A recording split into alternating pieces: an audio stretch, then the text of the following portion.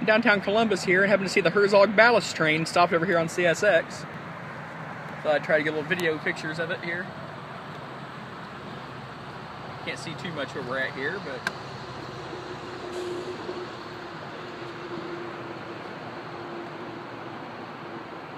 my mom's along with me here, taking some pictures. Well, they know you're here.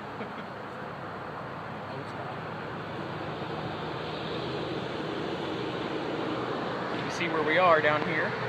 This will be a little quick video. I just wanted to. Hopefully it's in there. It doesn't reach out top of the van. Here's on Ballast train.